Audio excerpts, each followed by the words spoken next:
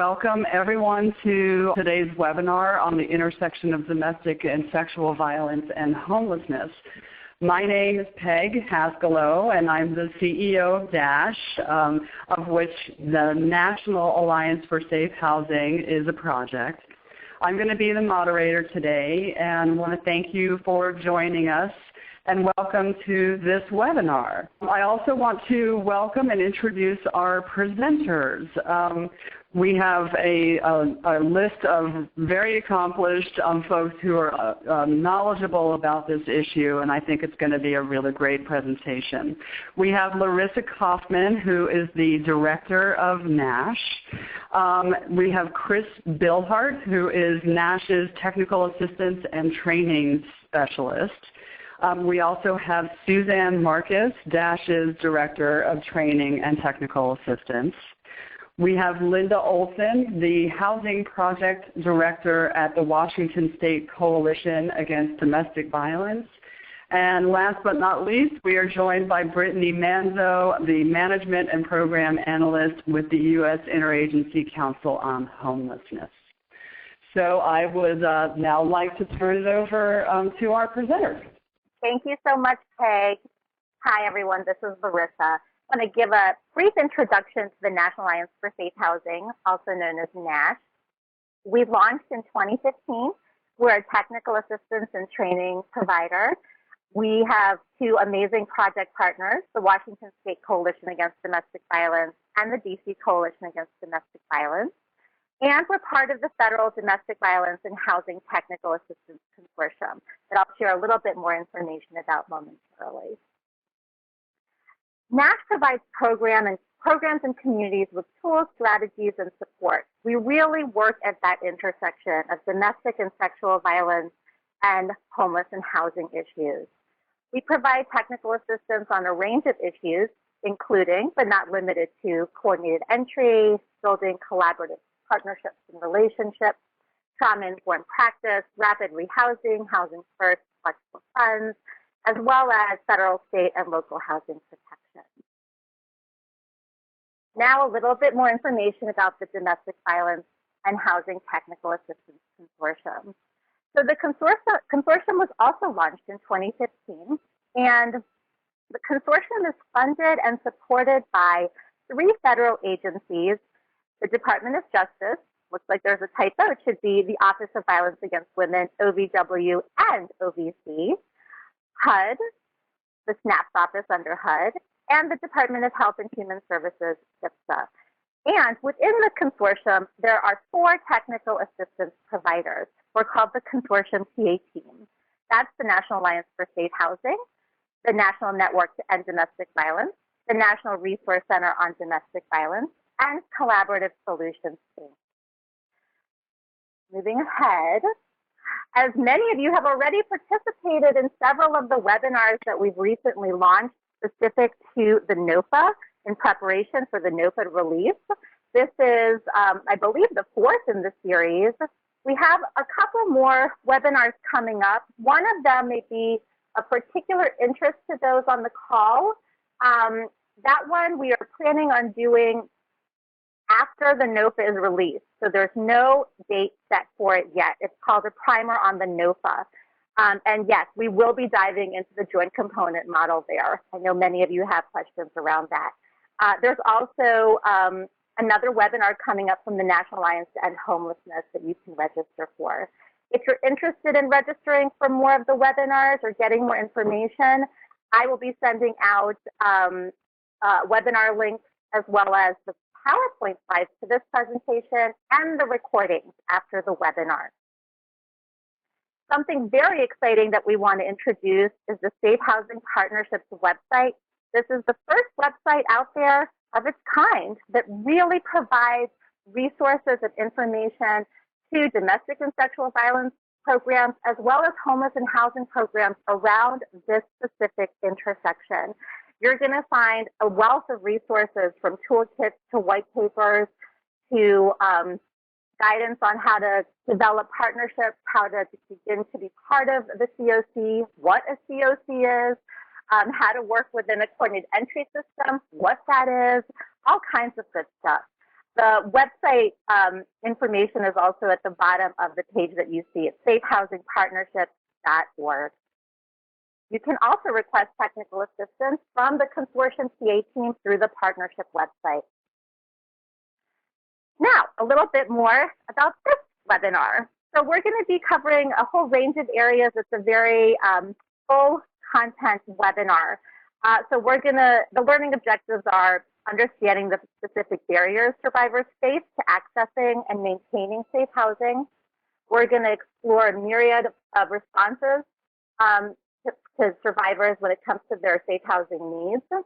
We're going to understand the role of the homeless service system and opportunities for partnerships between victim service providers and homeless providers.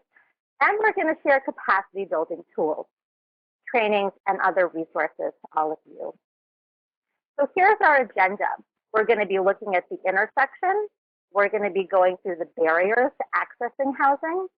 We're going to look at barriers to maintaining housing. We're going to look at the evolving advocacy response, as well as innovative models to safe housing. So here you see that we noted there's going to be an opportunity for question and answer after each section. We're going to modify that a little bit. There's going to be an opportunity for question and answer via the chat box. It's going to be at the end of this presentation, but please do put your questions in the chat box throughout the presentation. We are going to be actively responding to them. If we're not able to respond to a question that you have, you're going to have the opportunity to ask for more information. You'll get our contact information at the end of the webinar, but you'll also have the opportunity to directly ask for technical assistance and training from NASH via the evaluation. So do not hesitate to post questions. All right. We want to get a sense of who our audience is. So we have a couple of polls. The first one is, who is our audience? Do you work for a homeless organization, a domestic violence organization, sexual assault organization, or a federal agency? Please go ahead and take a moment. I believe the box to click on is on your screen already, and click on A, B, C, or D. And just to pop on and help any participants who are having trouble, if you look to your chat box in the lower left-hand corner of the screen, right above it is a feedback box, and that's where the interactive A, B, C, and D answers can be input. Thanks, Justine. Okay. Wonderful. So it looks like we have a lot of different organizations on this webinar. Wonderful.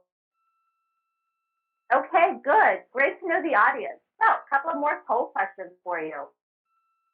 The next one, is your organization part of the Continuum of Care? Yes or no?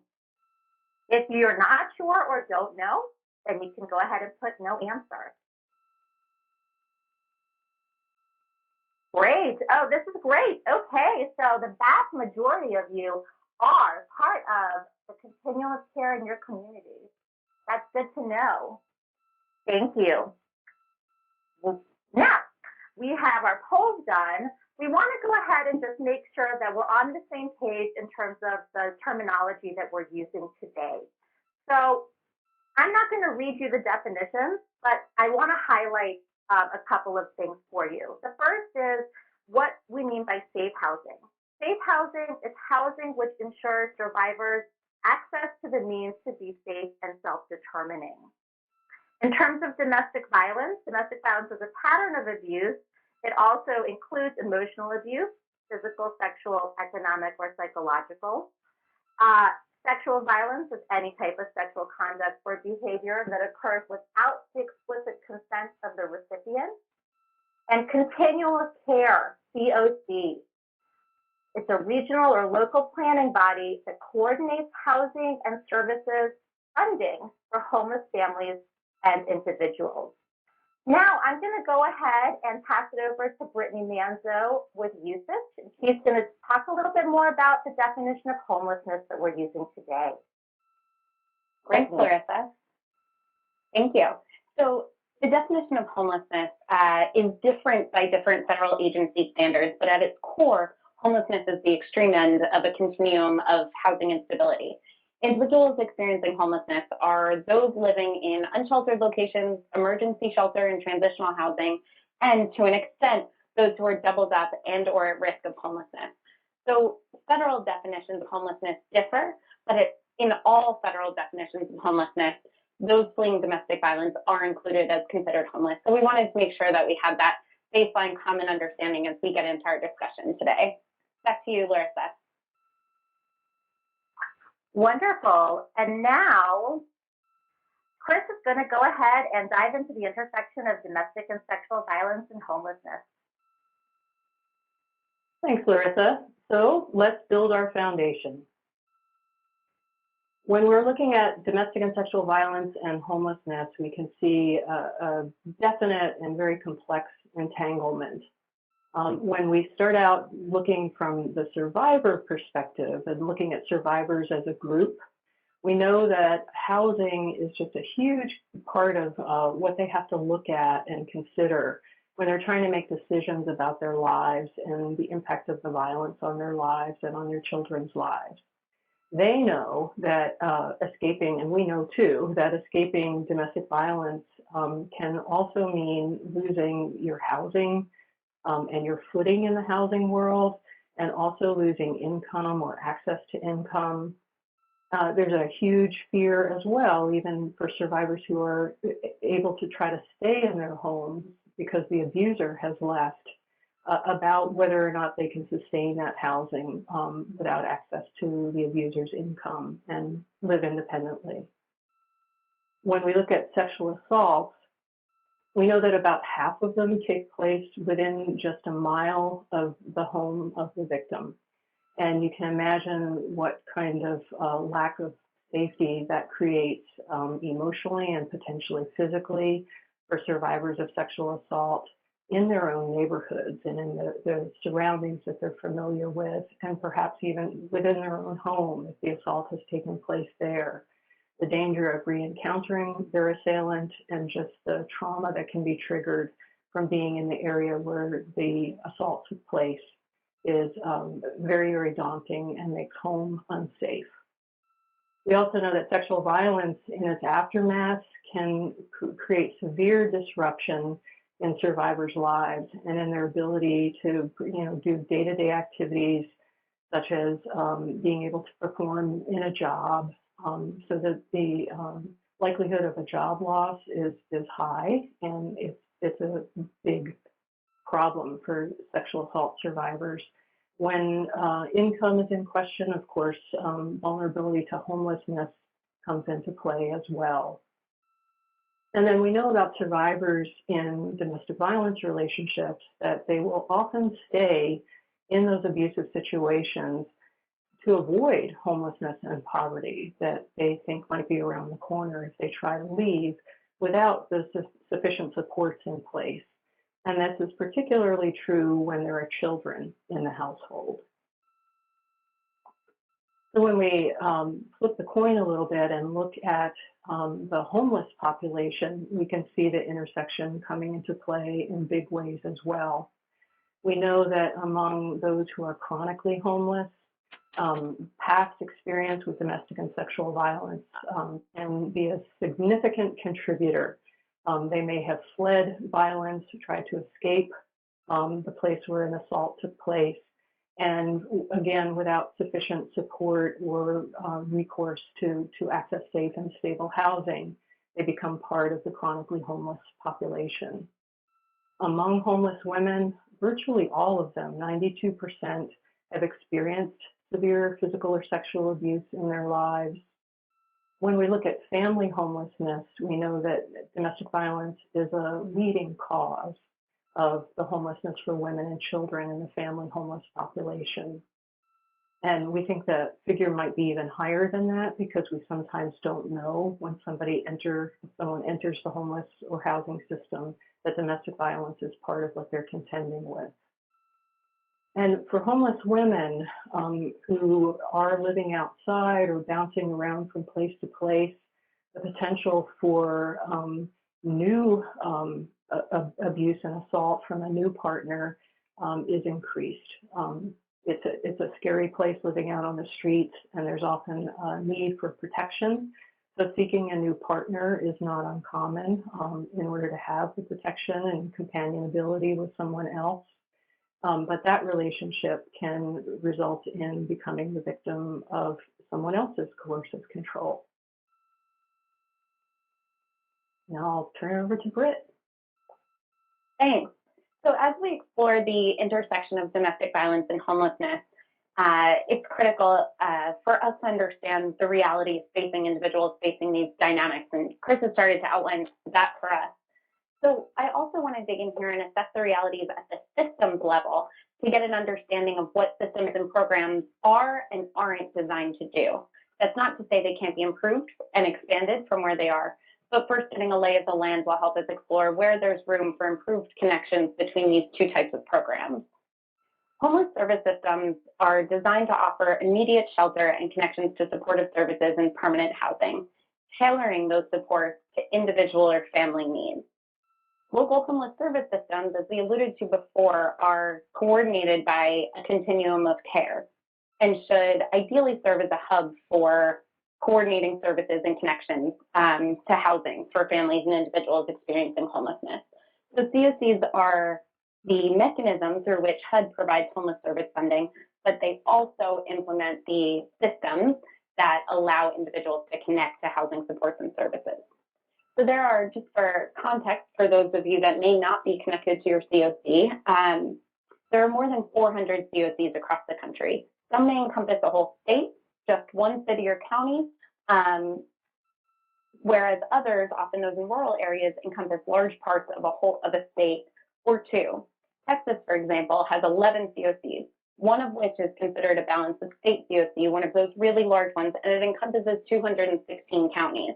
So as we think about these intersections and partnerships, the different geographies of different parts of the country will be critical to understanding where partnership opportunities may lie. So as we get into building out our shared understanding of homeless service systems, wanted to offer some background from the federal level. The U.S. Interagency Council on Homelessness, known as USICH, leads the federal response to homelessness nationwide, working with 19 federal agencies to coordinate policy around ending homelessness. So federal partners have outlined a vision of a systemic response to homelessness in our federal strategic plan to end homelessness. And that vision is what's here in bold. No one should experience homelessness. No one should be without a safe, stable place to call home. So you are welcome to access the federal strategic plan on our website, usich.gov. But this quote here is really the vision that strategic plan underlines. So there are 5 themes that underpin the strategies to achieve this vision: increasing leadership, collaboration, and civic engagement, increasing access, increasing economic security, improving health and stability, and retooling the homeless crisis response system. These are the themes that support the strategies that will really get us to the point where we can achieve that vision of ending homelessness across the country. So like I said, that plan is available in full at usich.gov. As we get into the dynamics of homeless service systems, you may come to find, as you build partnerships between COCs and domestic violence service providers at the local level, you'll find that there are a few key elements of homeless service programs and systems-wide approaches that are being encouraged by federal partners. They're almost hot topics right now, but they're evidence-based approaches that we're really encouraging communities across the country to adopt.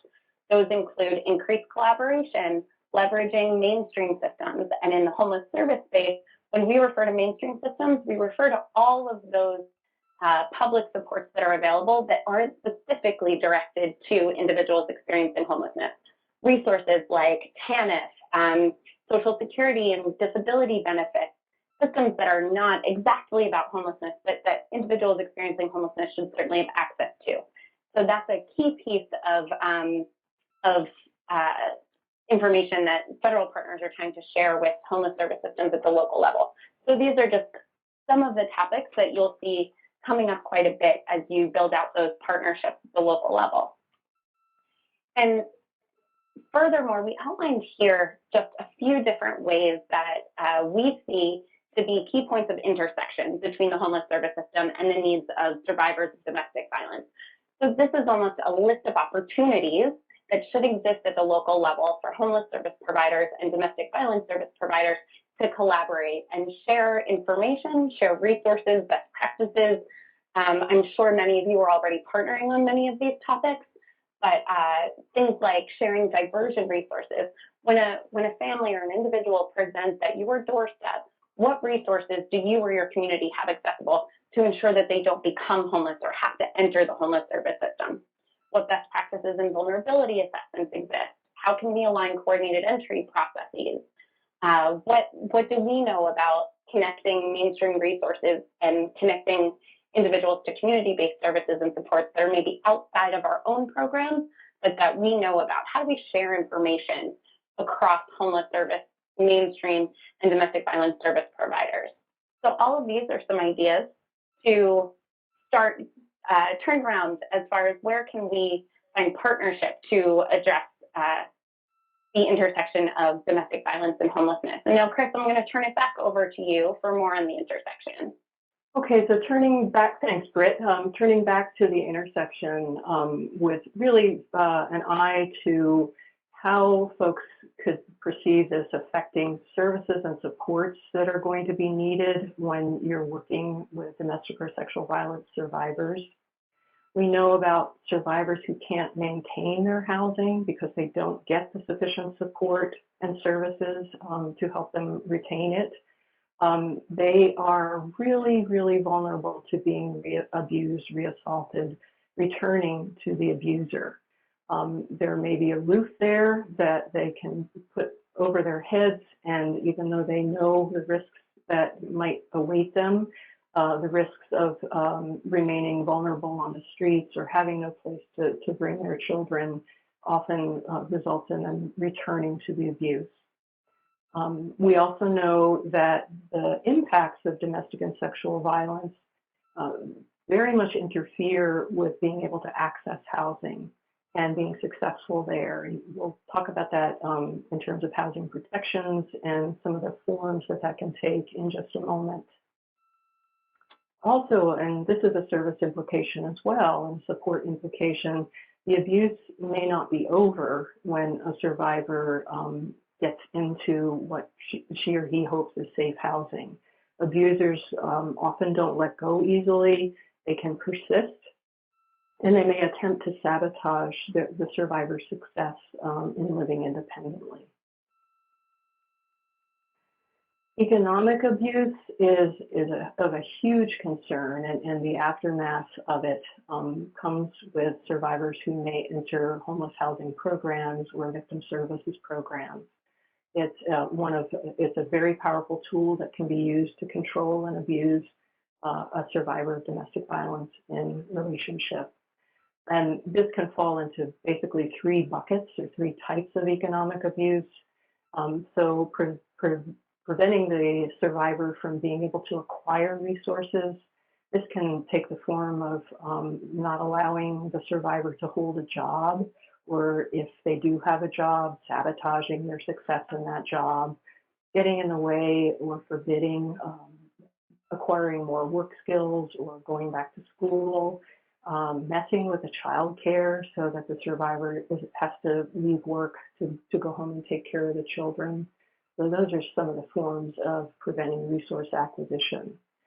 We've also got preventing use of resources, and this may mean keeping information about the family's finances separate from what the survivor gets to see, not having information about their accounts, how much money is in the accounts, not having direct access to that money, sometimes disabling the vehicle so that survivors can't get to the bank or get to a job.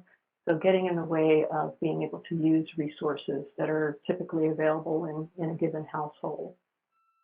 And then there's exploitation of resources that are connected to economics and financial standing. Generating debt in the survivor's name sometimes putting the bills or the lease in the survivor's name, and then whatever credit history results from that stays with the survivor. There can sometimes be trade-offs in the abuser's economic preferences, such as not paying the bills so that there's more money for drugs or alcohol or gambling. And there's pretty consistently some issue around damage to a housing unit that might follow a survivor as they come into services. And so these are definite challenges that providers might face when they're working with survivors in trying to help them get effectively housed. Here's another list of the things that really need to become advocacy and support issues. Rather than seeing them as barriers, we really like to see them as points of advocacy. We know that trauma impacts may be considerable for both the survivor and the children in the household. This ranges all the way up to the fact that a survivor may want to come into housing with a pet, because there's lots of fear in leaving the pet behind and subjecting that animal, that dear animal, to whatever abuse that the abuser may perpetrate upon it. There may be chemical dependency issues. There is often, as I was kind of referring to, sabotage work history, which can certainly sabotage rental history. There's typically a lot of isolation, and there may be legal issues, immigration legal issues, child custody. There could be a criminal case or civil matters that are still in process when the survivor comes into housing. Now, Linda Olson. Hi, everybody. So we know that there are certainly barriers to accessing housing. And the first one that we all hear and think about is the lack of housing, especially affordable housing. So when we think about the housing stock in our communities and how many people are homeless or on the brink of and trying to hang on to that, it's really difficult for any of us to find housing, much less those who have lower incomes, have other sorts of past issues that can just make it even more difficult, because landlords can't afford to be picky, and they are. They're often looking at a number of people at any given time, and as they want to protect their assets, trying to make sure that the person who appears to be the most stable and successful is the one who's going to get the housing. So definitely a need for our advocates to pitch in there and do a lot of great work with survivors and landlords. If there is the disclosure of an abusive background, sometimes landlords may be sympathetic, but then there are also many landlords who will very clearly state that they fear harm to their property and that there could be a threat to the neighbors if an abusive partner should show up. Just thinking also about issues related to discrimination. Many housing providers look at people and based on their first impressions will certainly again discriminate, much as we hate to state that that still goes on. But the impact of trauma, and I'm sure that many of you are becoming more and more familiar of how that presents in survivors, how it presents in people who have been traumatized, but sometimes they don't come across as the most stable, reliable individuals. Certainly the children that goes with parents may display trauma-related behavior, and for all of us who have small children or have had small children, we know that we can't always rely on them being perfectly behaved as we're looking at different housing units. And discrimination still exists based on race, ethnicity, national identity, or religion. Sometimes issues pop up in background checks. The lack of credit history, bad credit history, outstanding debt can be a killer. The lack of poor rental history. And if there's an eviction on the record, that also is another excuse for a landlord to just say no, not even going to try it. a lack of any sort of employment history. And for those of you who are trying to do a housing first approach with rapid rehousing and trying to find units, if people are not employed, we don't want that to be a barrier, but it certainly can be if someone is trying to access housing not to have a job at that point in time. Source of income, landlords will certainly discriminate based on the source of income, including housing vouchers. Criminal history, even that related to the abuse, will pop up and certainly be a detriment. Pets can be barriers, and of course so many survivors need and want their pets, even therapy animals, and it's illegal in most states, but landlords will say or put up high sorts of barriers for that therapy animal to be present with that survivor, and often there are increased damage deposits that may be way too high for anybody to afford. So when we think also of barriers in domestic violence, victim-specific housing, DVSA, our shelter and transitional housing programs, those can be challenging for survivors too. As hard as we work to try to make sure they are welcoming and accessible, there are times when survivors may not feel safe in the programs. They may feel marginalized. Even as we talk about safety and confidentiality in the programs, there can be the issues related to removal from a survivor community that can impact their ability to stay connected with the important support people in their lives. Program eligibility requirements can create barriers for survivors. So many times in our communal living programs, we really feel a need for people to be clean and sober, and sometimes put up eligibility requirements related to that. There are other sorts of eligibility requirements that still exist, like contact with an abusive partner, and I'm sure you can think of many other issues that do create barriers. And finally, the limited funding for victim-specific housing, and it appears to be decreasing as we watch just how funding across our country is going. And when it's that limited and we're all at or over capacity, there just isn't enough anyway to meet the need. So now I'm going to turn it over to Suzanne. Thanks, Linda. So Linda discussed the barriers to accessing housing, and survivors also face barriers maintaining safe housing for reasons that are a direct result of the violence that they've experienced or continue to experience. So often or sometimes landlords, not often, but sometimes landlords evict survivors because of the number of times they are calling 911 or the damage that's being done to the apartment as a result of the abuse. And there's a proliferation of nuisance laws. These are crime-free ordinances that penalize landlords and tenants when the police are perceived to be called too many times to the premises. And while the ACLU and other advocates are fighting these laws across the country, too often survivors are being hurt by them and continue to lose their safe housing as a result of the abuse. Survivors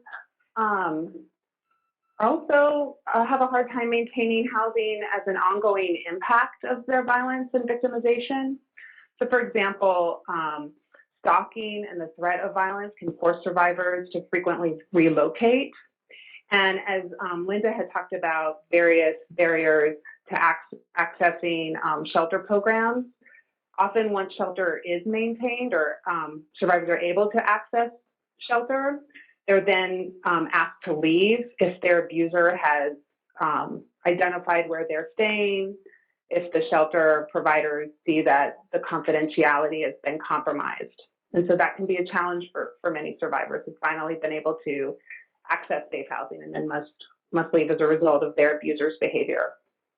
And isolation is an issue too. As a result of the abuse, Isolation from community, friends, and family can erode a survivor's safety net, which includes their social networks. And so that unexpected challenges that we all face from time to time, a blip in childcare, medical emergencies, car repairs, these all can quickly result in losing housing or a housing crisis.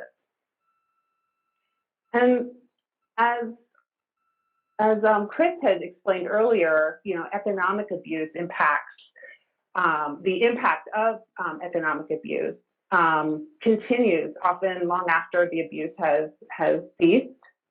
So batterers commonly use violence or threats of violence and intimidation to keep survivors from working and keeping employment. And so having access to the family funds can be hard to, or they've been sort of cut off from that access. And so even if the abuser has left, it's often hard for the survivor to maintain the rent and maintain steady employment due to the abuse.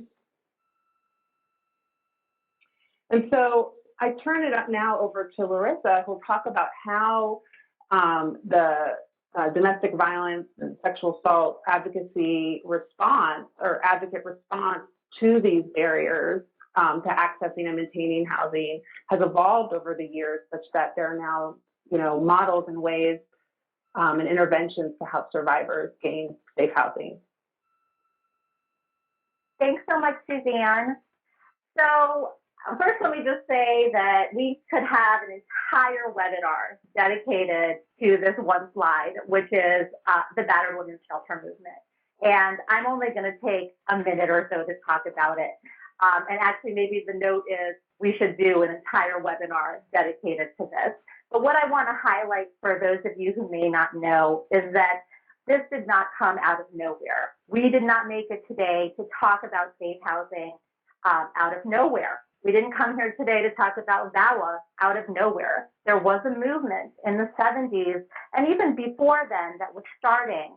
The women's movement was starting, or the second wave of the women's movement, and a real push to focus on violence against women. And one of the main issues was that we really wanted to come out from hiding. We wanted to air that dirty laundry. We wanted to make sure that survivors had safe place to be. And one of the main focuses there when the movement started really was around criminal and civil justice response.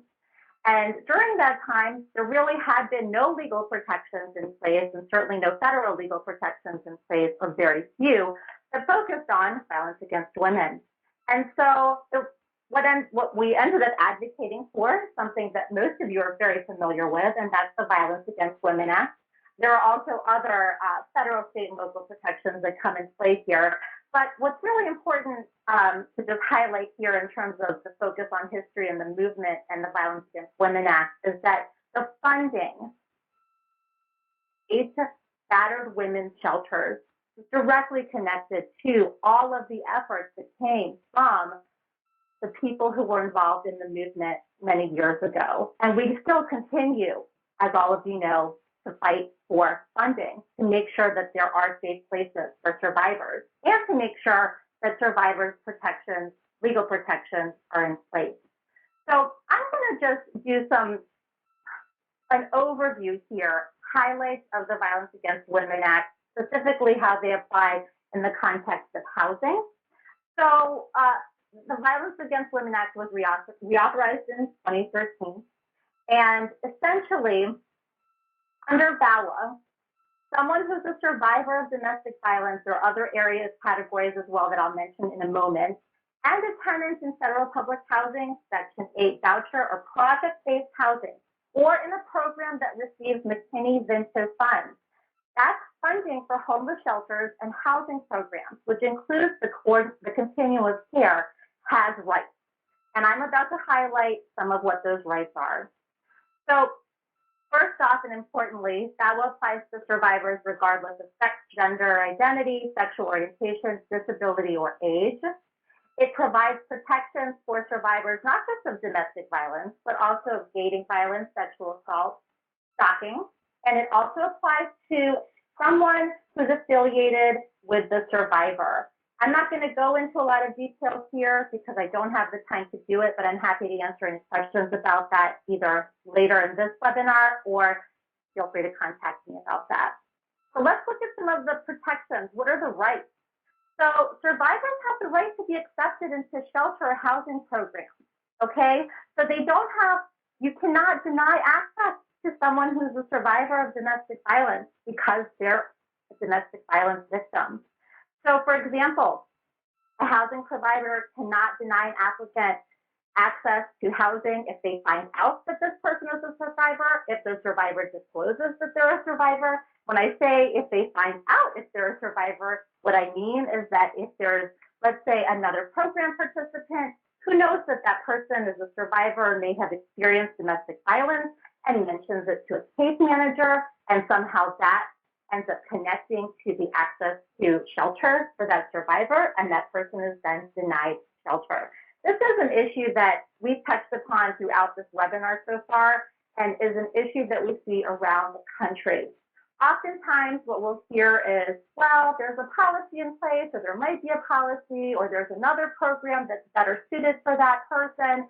And the reality is that there's often not a policy in place. And if there is a policy in place, as I've been talking about the Violence Against Women Act, most likely that policy is unlawful. No policy can deny access to survivors of shelter or other types of housing. Okay, so I'm going to move on a little bit here. Survivors have the right to remove the batterer from public housing lease or Section 8 housing choice voucher. They have the right to stay in the unit themselves.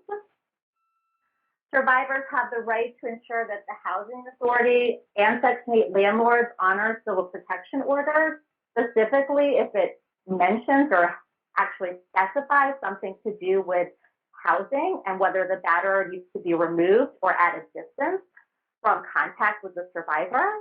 Survivors have the right to court, which means they have the right to move to another location. If the survivor has a Section 8 voucher, so long as it's within the housing authority's jurisdiction. And survivors have the right to ask for an emergency transfer. Survivors have the right to stay in the unit, even if there is or has been criminal activity that is directly related to the domestic violence.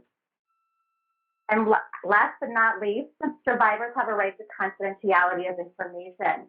So information specific to the survivor status as a domestic violence victim should not be shared or relayed to a third party. And if that is the case or that needs to happen, the only person that can provide that yes or no is the survivor. It should be in writing, and there should be a time-limited consent form. I'm happy to talk more about that. I think many of you are aware of that or understand what that is, but I'm happy to talk more after this webinar about that, what it looks like, and what programs should have in place. All right, so other protections, other federal protections include the Fair Housing Act, Title VI of the 1964 Civil Rights Act, the Americans with Disabilities Act, also known as the ADA. I'm not going to go into those, just know that there are protections there as well for survivors. Last but not least, there are also local and state housing protections. Many jurisdictions have additional housing protections for survivors that go beyond VAWA. And when I say that, what I'm saying is they often apply to private landlords, okay?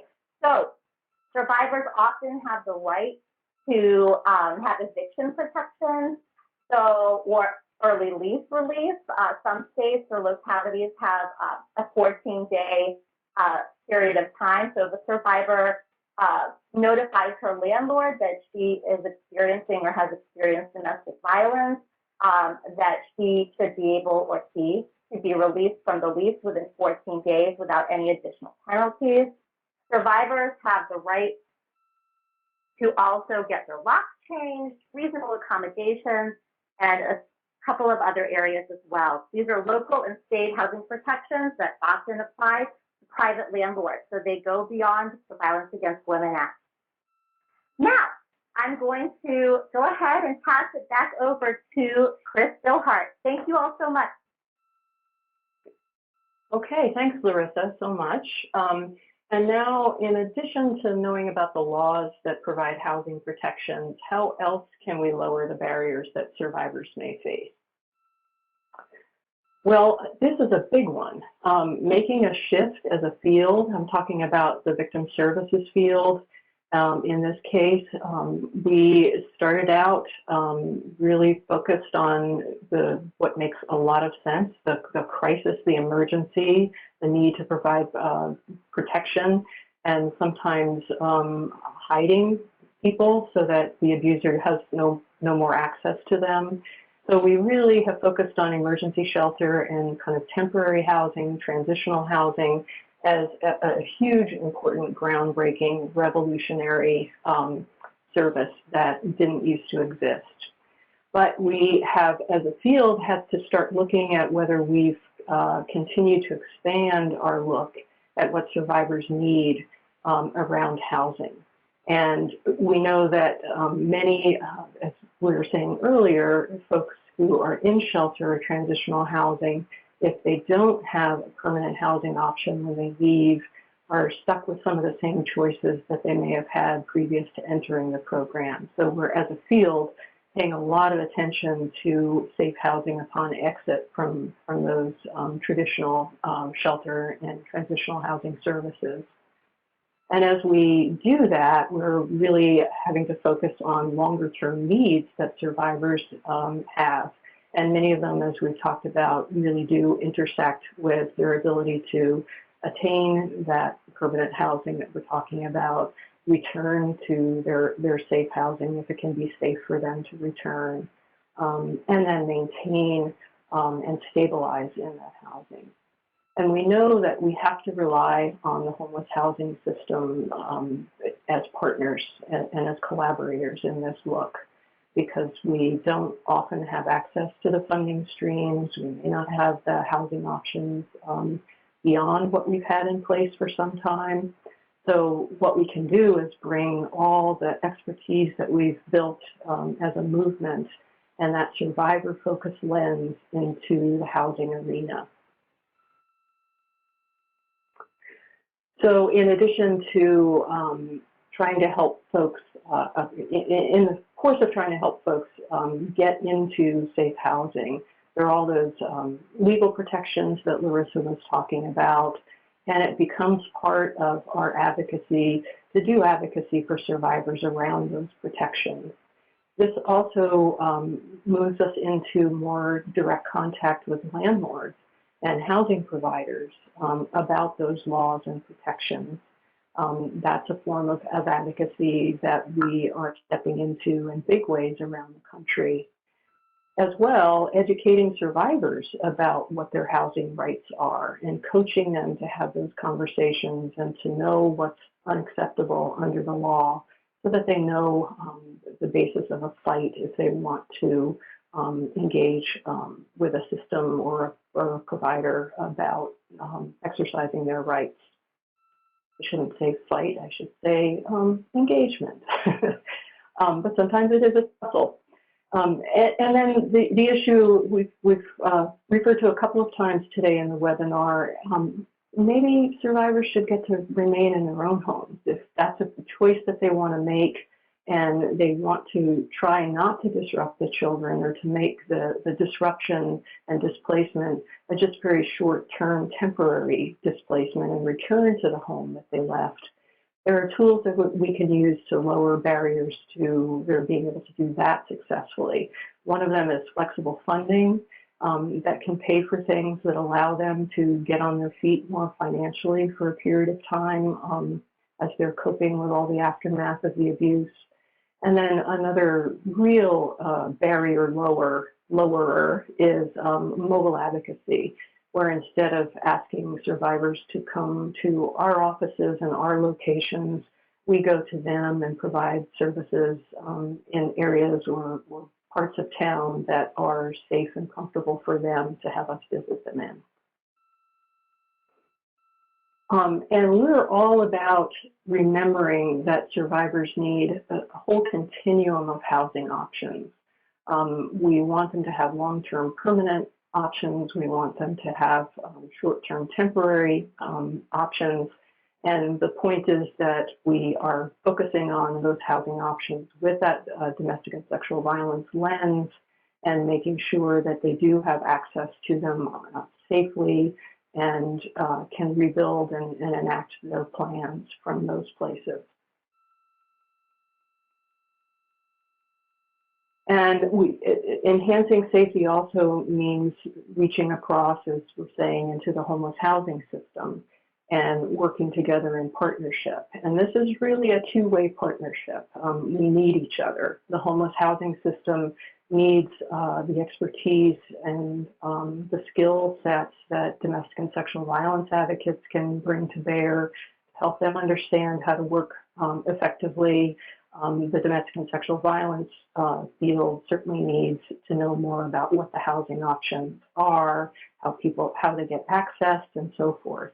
The point here is that survivors should be able to have choices to access the housing options of both of those systems, and coordinating back and forth between those systems is really important.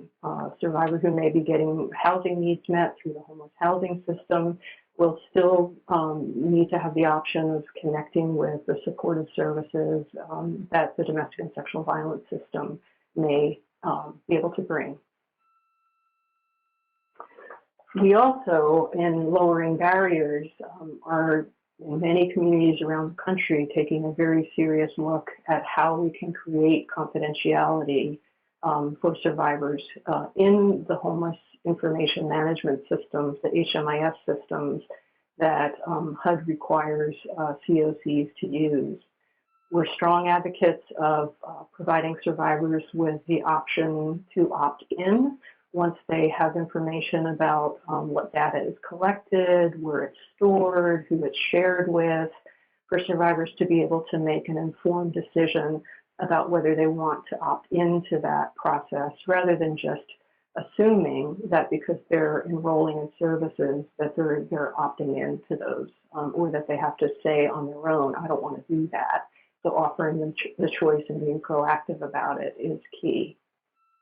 It's also important in this partnership for the homeless housing system to become familiar with what victim services providers can and can't provide in the way of information and disclosures, the personally identifying information that victim services programs may have about survivors that the systems may be working with together. So when survivors are receiving services from both systems, within both systems, there's a sense sometimes on the homeless housing side that the domestic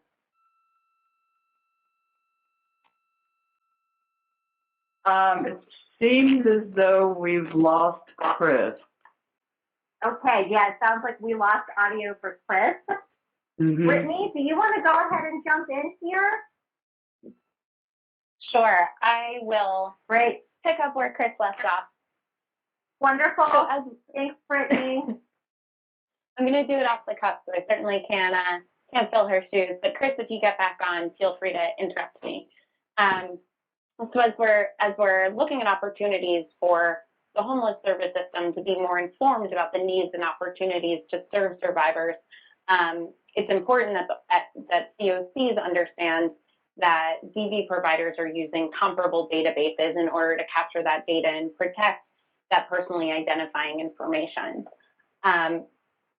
It's also critical that we have these partnerships so that domestic violence and sexual assault experts have this space to determine household needs and consider the safety and privacy that is afforded in the DVSA space that may not be as readily available and protective in the homeless services space. So recognizing in the space of homeless service partnerships and with domestic violence service partners that those DV service providers play a really critical role in ensuring safety and privacy is protected of the survivors that are being served by both systems. So again, those partnerships would be focused, or it should be focused, on making accessible the full range of housing resources and tools that the homeless service system has at its disposal, making those resources available to DV and SA systems and programs. There's also a critical component of these partnerships where DV and SA programs should be able to provide input on how the homeless service system is working for survivors. So if we look at opportunities at the local level for COC leaders and DV providers to be really collaborating to think about how the homeless service system can be improved in order to better serve survivors. And I'll get into some of those opportunities here shortly. I want to take it up a level to that the systemic view of what these partnerships can look like. So to bring it all the way up to the federal level, there's federal funding across HHS, DOJ, and HUD for housing programs that are specifically targeted to individuals and families fleeing domestic violence. So unlike DOJ and HHS programs, that's OVW and FIPSA, HUD funding is channeled through those regional planning bodies that coordinate the local homeless service system. We've been talking about COCs, and I think we have a few on here today. So it's important to understand that HUD funding is allocated through the local COCs through an annual program competition. Now, as we start to understand the opportunities for partnership at that local level, it's important to understand that HUD uses their annual Notice of Funding Availability, the NOFA, for the COC competition to really incentivize and encourage partnership, as well as other best practices as they relate to implementing homeless service programs. So when we talk a lot about looking at the NOFA and what's in the NOFA, often we're looking for those leverage points to incentivize partnership and best practices at the local level. So over the last several years, HUD has been refining the NOFA to do more and more of that. While this is a very heavy lift because we're shifting very large systems, it takes a bit of time, but it is something that HUD has been trying to do aggressively for the last several years, and we see that progressively in each NOFA. So as we look at those opportunities to enhance partnerships at the local level, we were talking earlier about what it would look like to build a shared understanding and a two-way partnership to ensure that in communities, survivors have access to choices, to housing options that are available both through the homeless service system and through services only provided by DV service providers. So what does that look like? How can we actually put that into action at the local level? We've brainstormed a few ideas here, but we're looking forward to some of your questions. Hopefully we can dig into this further, and there will also be more resources from the TA Consortium over the next several months. But some ideas that we've come up with about how those partnerships can be strengthened at the local level are exploring opportunities for cross-training. Are COCs and homeless service providers looking for training on safety planning? Are DV providers trying to strengthen their practices around connections to permanent housing, maybe doing some cross-training around housing navigators? Those types of interactions will really help strengthen your system to collaborate better. It's as simple as sharing, really, will help build your partnership. But then if you also want to look at best practices, we want to look at how can we inform each other's intake and assessment practices? How can we share information about coordinated entry and how we can align our systems? Other questions to kick around and consider when building partnerships between COCs and homeless service providers and DV service providers are to start with building a shared understanding of each other's goals and metrics. We know, as we've discussed today, that homeless service providers look at success differently than DV service providers do. For homeless service providers, it's about connections to permanent housing, whereas domestic violence service providers, as we know, are looking to ensure survivor safety is the primary and foremost goal or focus. So how do we build partnerships that recognize those different goals and metrics in order to navigate ways to work together? And of course, as we've alluded to, we need to have real clear understandings on data sharing limitations, And these are just a few, as I've mentioned, of the ways that we as federal partners would like to encourage you all to be partnering across different sectors at the local level. The Domestic Violence Housing TA Consortium will be putting out more resources on this topic over the next several months, as well as your federal partners. So I hope this laid the groundwork for some of those ideas. I'm going to turn it back over to Suzanne to help us wrap up. Sure. And before I want to stay on the slide for just one quick second to mention another promising practice that we're excited to see, which is communities developing task forces or coalitions specifically on this intersection of domestic violence and housing and homelessness. So that's something else that we're looking at more closely as communities are beginning to use that shared coalition task force model to address the overlap in their own communities. So just wanted to let folks know that if you have any additional questions or would like more training or technical assistance, to please reach out. Here is some of our just sort of general technical assistance requests to NASH. Larisa Kofman, this is her information. She's the director of NASH. And Kris, who I'm sorry that we lost, but she's a great asset and has great expertise in this area. So here is our contact information, as well as me, Suzanne. I work with DASH and NASH and have experience with a lot of the local projects and safe housing models that we discussed, and Linda Olson with the Washington State Coalition Against Domestic Violence, and she's the guru of DV Housing First in particular, and then Britt Manzo from USICH.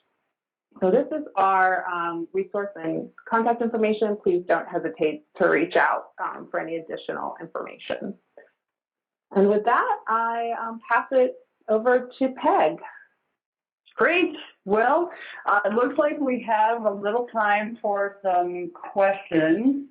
I've picked up a few from the chat box as the presentation has gone on. And while I know there's been a little bit of discussion going on in the chat box, I thought there might be folks who would be interested in hearing the questions and the answers. So Catherine Huang had posted a question about whether VAWA also protects survivors from having to require a TPO or CPO to get accepted into a housing placement. Does someone want to field that? Well, this is Kris, and I am back on the call. Can you hear me? Yay! Yay! So I would leave the legal aspect of that question to Larisa to chime in on, but I can tell you that it's a best practice to not require survivors to obtain a protection order, certainly as a condition of being in the program or being in the housing unit. Or even as just an expectation, even if it's not tied to housing. That's a very individualized decision. And survivors have to be trusted to make the best choice about whether that's going to actually create safety or perhaps imperil them in new ways as the system comes into the life of the abuser and perhaps further abuse or just being incensed by the survivor taking this step comes into that abuser's life. So we really recommend against, it's not a best practice to require a protection order when someone enters services. And Kris, are you back on the call? Can handle the legal aspect? Yeah, sorry about that. I just got bumped off and I got put right back in. So Kris, thank you so much for fielding that. Yes, not only is it a best practice, but it's not lawful. There shouldn't be any additional requirements for someone as a domestic violence survivor to access legal protection. So if there's a requirement or someone says, oh, I need a protection order for X, Y, or Z to happen for the survivor, then that's not necessarily lawful. So if that is something that's in place, or if someone thinks that's in place, feel free to reach out to me for some additional information, thoughts, or guidance. It's usually something that has occurred by mistake or in passing, or maybe even through sort of hearsay as a practice within, as a practice amongst housing providers. So it is not necessarily not just a best practice, but it's not a requirement for survivors, especially under the Violence Against Women Act, to access any of their protections that they're afforded. Great. Thank you.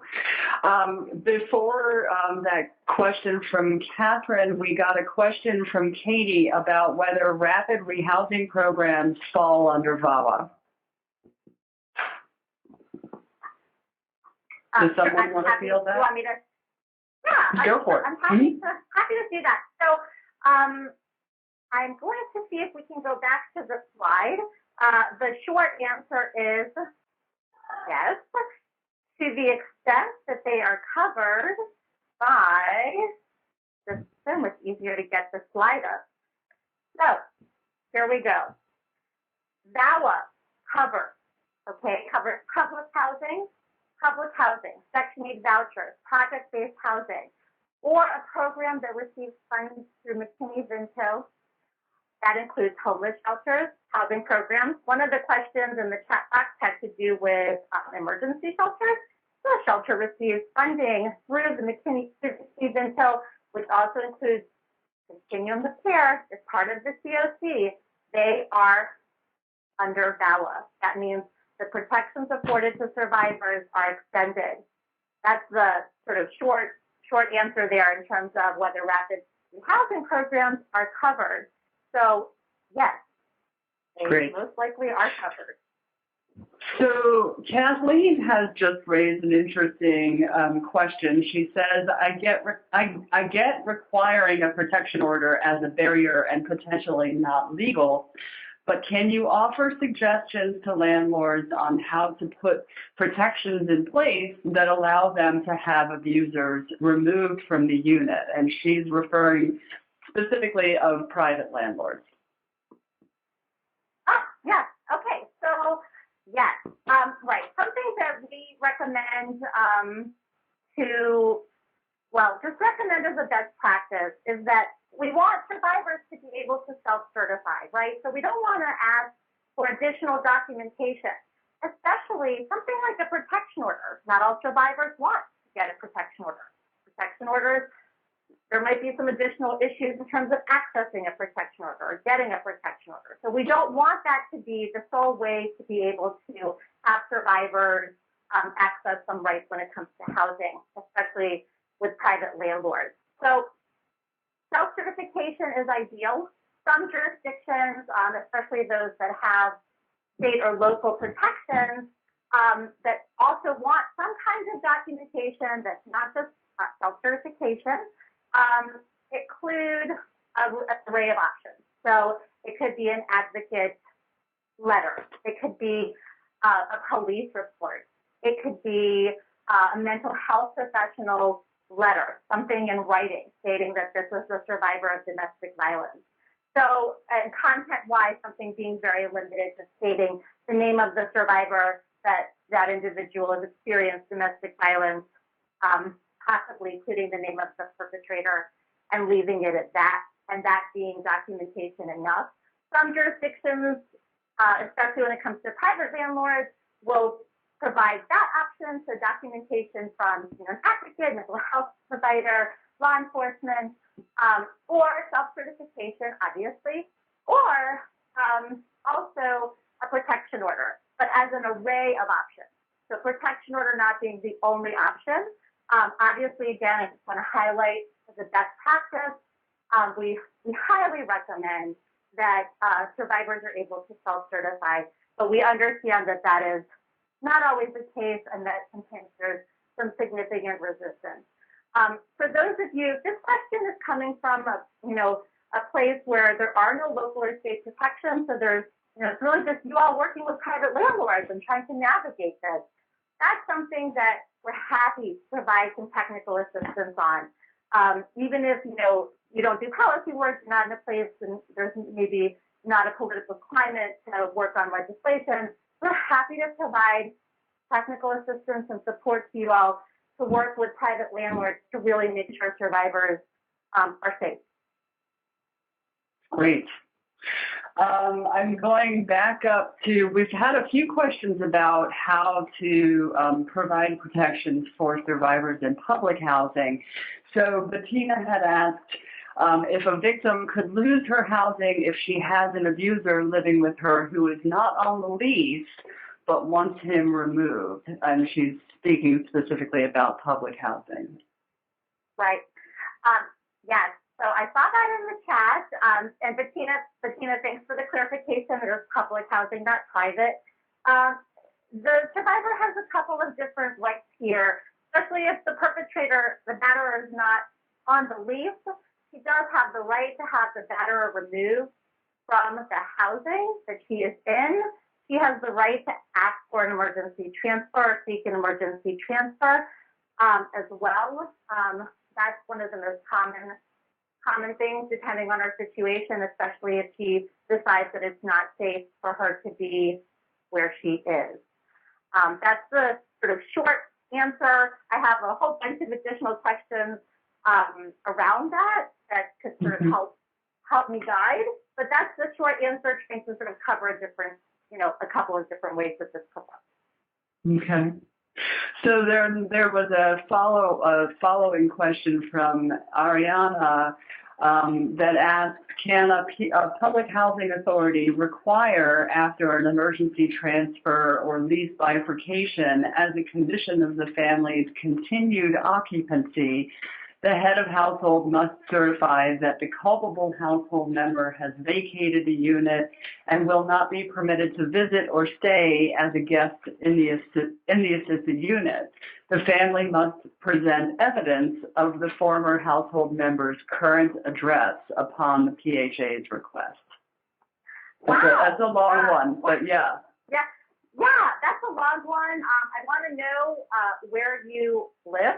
I'm really curious about the jurisdiction where that's coming from. I actually, I'm not gonna take time right now to fully respond to it because I think it's complicated. But what I will say is that most likely no. But I would want to take that one offline, I think. Yeah, I want to take that one offline. So you can just contact me directly, Kofman@dc.org, or put it in through the evaluation as a TA request. I'm happy to chat with you further about it. Great. So Michelle had a question. Let's say that a victim has project-based Section 8. It seems like VAWA would allow for an emergency transfer, but how does it work, especially if the property owner has no other property? Okay, good question. So there's a way to be able to move to another property as well. I think this is something where we really need a significant amount of, or a good amount of advocacy on the ground in terms of working with landlords and educating them about the needs of survivors and the protections that are out there. So even if there is no other property in this section-based housing, the survivor still has rights. I think most closely the best way to sort of navigate that is to make sure that the survivor is working with a local domestic violence program and being provided with some other options there as well in terms of other possibilities if they exist in the community. So the answer is hard to say, yes, we're definitely going to be able to find the survivor another place to live. But the option is definitely out there, even if that's the only property that the landlord has. Great.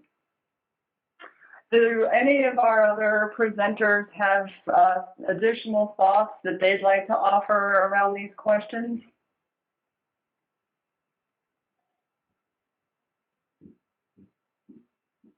Well, this is Kris, and I just want to say, based on the questions themselves, it sounds to me, and I know that the group was largely comprised of victim services programs, you all are really on the ground with these issues. You really are out there trying to do systems navigation and working with providers, homeless services providers, as well as with landlords. And I just want to say kudos to you. You're out there doing the work. Thank you.